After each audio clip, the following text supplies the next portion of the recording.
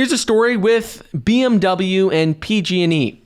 They are talking a lot about something called a virtual power plant. And right now, they have a partnership together that is trying to essentially stabilize the California power grid.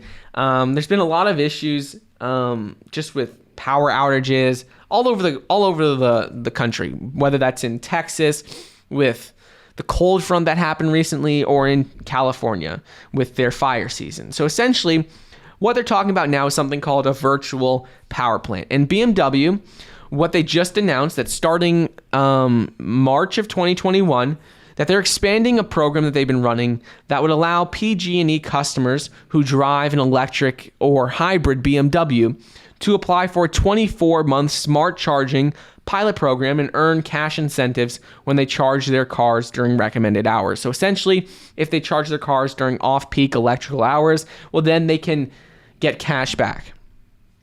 And right now, they're talking about virtual power plants, which essentially, they're saying that one day, all of the electric cars out there, those are all batteries, and they store energy. And those could eventually be used as like a sort of a virtual power plant.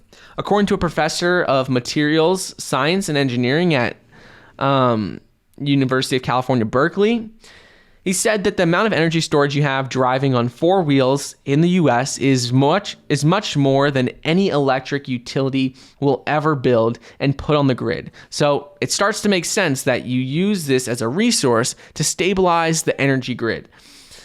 And what they're saying is that right now, virtual power plants would be essentially all of these batteries that are in people's cars, in houses all over the country. All of these could be used to power houses, power different things when the power grid, let's say there's a storm or there's a power outage. They can be used to power these things when the traditional energy grid cannot. And the positives of this is that if there's a storm or a fire, a lot of times what happens is the power grid gets shut down for like days in certain areas. But with this, then like people's cars are still going to work, like unless there's like a catastrophe where someone's car gets swept away in like a storm. But as long as the cars are there and they're charged, those cars could be used to power people's homes, and there's a lot less risk of them failing because there's thousands of cars all over the place, and it's not just all connected. Each car would serve as like its own power source for a little while. I thought this was pretty cool.